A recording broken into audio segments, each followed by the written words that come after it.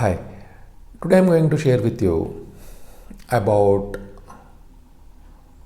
the remedy you have when court grants a prayer which was not asked by the petitioner. Generally, what happens is that the petitioner comes to the court with a problem and the opponent or the defendant or the respondent opposes the problem. The respondent causes damage to the petitioner or the plaintiff, and if that damage is prescribed in the law,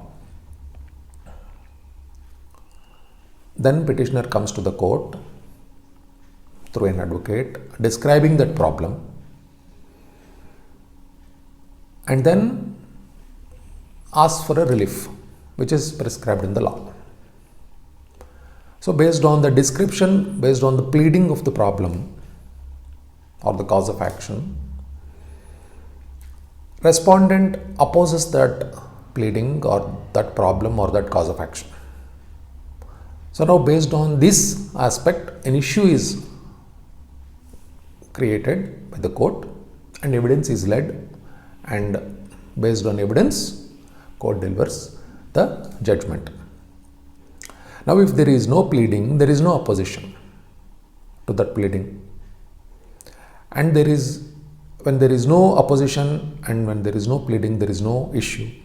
When there is no issue, there is no evidence, and when there is no evidence, court cannot grant a prayer. Sometimes in the interest of the justice, court does grant a prayer which is not asked for by the petitioner. In the interest of the justice, purely in the interest of the justice. Sometimes interests of the justice have to be met by giving what is not asked also. But that is fundamentally wrong, is what I am trying to share with you. So therefore, when a court grants a prayer which is not pleaded, then it is a ground in the higher court to set aside that relief. Hope I am clear. Thank you. Thanks for watching. The judgment regarding this is in the description box. Kindly go through it.